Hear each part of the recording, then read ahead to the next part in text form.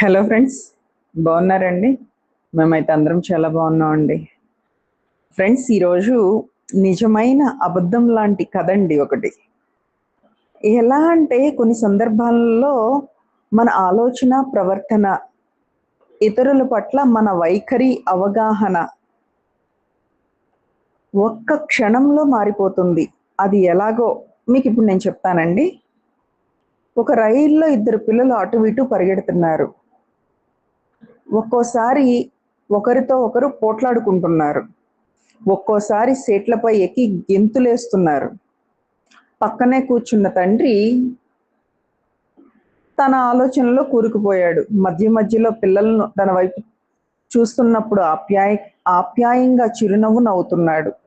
ఆ తర్వాత పిల్లలు మళ్ళీ తమ అల్లరితో మునిగిపోతున్నారు. వారిని అతను ప్రేమగా చూస్తూ ఉన్నాడు. రైలులో ప్రయాణిస్తున్న తోటి ప్రయాణికులు పిల్లల అల్లరితో విసుగు చెంది తండ్రి వైఖరిని చూసి చిరాకు పడ్డారు. రాత్రి సమయం కావడంతో అందరూ విశ్రాంతి తీసుకోవాలని అనుకున్నారు. పిల్లలు అల్లరి చూసి ఓ ప్రయాణికుడు ఆపుకోలేక తండ్రితో ఇలా అన్నాడు: ఏమి తండ్రండి బాబు మీరు! పిల్లలు అంత అల్లరిగా ప్రవర్తిస్తుంటే వాళ్ళని ఆపకుండా చిరునవ్వుతో ప్రోత్సహిస్తున్నారు. వారికి వివరించడం మీ బాధ్యత కాదా అని అన్నాడు. ఆ పెద్ద మనిషి ఇలా ధైర్యంగా అడగటంతో ఇప్పుడు ఆ తండ్రి సిగ్గుపడి పిల్లల అల్లరిని ఆపుతాడని ఇతర ప్రయాణికులు ఊపిరి పీల్చుకున్నారు. కానీ తండ్రి కొన్ని క్షణాలు ఆగి, వారికి ఎలా చెప్పాలా అని నేను కూడా ఆలోచిస్తున్నాను అన్నాడు. ప్రయాణికుడు ఎలా చెప్పాలా అంటే అర్థం ఏమిటి అన్నాడు. ఆ వ్యక్తి ఇలా అన్నాడు: నా భార్య తన పుట్టింటికి వెళ్ళింది. ఆమె నిన్న ప్రమాదంలో మరణించింది. నేను పిల్లలను అంత్యక్రియల కోసం అక్కడికి తీసుకువెళ్తున్నాను. ఇప్పుడు వారు ఎప్పటికీ తమ అమ్మని చూడలేరు అన్న విషయాన్ని వారికి ఎలా వివరించాలా అని నేను అయోమయంలో ఉన్నాను. ఇది విని అందరూ అవాక్కయ్యారు. అసలు ఏదైనా మాట్లాడడం పక్కన పెడితే ఎవరు ఏమీ ఆలోచించలేక అందరూ స్తబ్దుగా అయిపోయారు.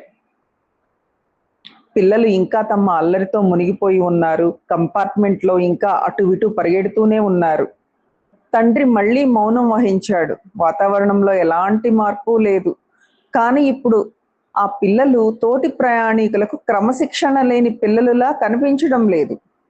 ప్రతి ఒక్కరూ వారిపై ప్రేమను కురిపించాలనుకున్నంత మృదువైన లేత పువ్వుల వలె కనిపిస్తున్నారు. ఇప్పుడు తండ్రి కూడా బాధ్యత లేనివాడిలాగా అనిపించట్లేదు.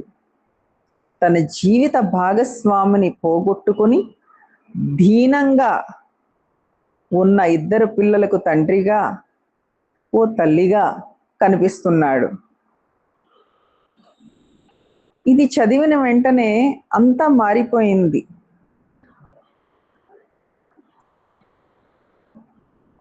ముఖ్యమైన విషయం దీంట్లో అనుభూతి, గ్రహణ శక్తి, ఆలోచన మార్పు మన ప్రవర్తనలో మార్పుకు దారితీస్తుంది. ఒకరి పట్ల మన వైఖరి, అవగాహన ఒక్క క్షణంలో మారిపోతుంది. మన చుట్టూ ఉన్న వాటిపై మన స్వంత అవగాహనలు ఆధారంగా మనం సృష్టించుకున్న దృష్టికోణం వల్ల మనమందరం ఒక రకమైన గందరగోళంలో ఉంటాము. జీవితంలో కష్టాలు ఉండవని కాదు, కానీ నిరాశ లేదా ప్రతికూల ఆలోచనలు ఆ పరిస్థితులను మార్చడానికి మనకు సహాయపడతాయా? కావాల్సింది ఆశ, ఉత్సాహంతో కూడిన సానుకూల ఆలోచన. అప్పుడు మనం హృదయంలో మార్పును వెంటనే అనుభూతి చెందుతాం. ఆ సానుకూల దృక్పథం వైరాగ్యపు ఎడారి కూడా పచ్చని అడవిలా ఉల్లాసంగా మారుతుంది. అందుకే ఎప్పుడూ సంతోషంగా ఉండండి. మనం మనసుతో చూసే దృష్టికోణాన్ని మనసుతోనే క్రమబద్ధీకరించి జీవితంలో విపత్కర పరిస్థితుల్లో కూడా మనం కాసేపు ఆగి విశ్లేషించి సరైన చర్య తీసుకునే విధంగా స్థిరత్వాన్ని తీసుకోవాలని కోరుకుందాం. Thank you friends, thank you.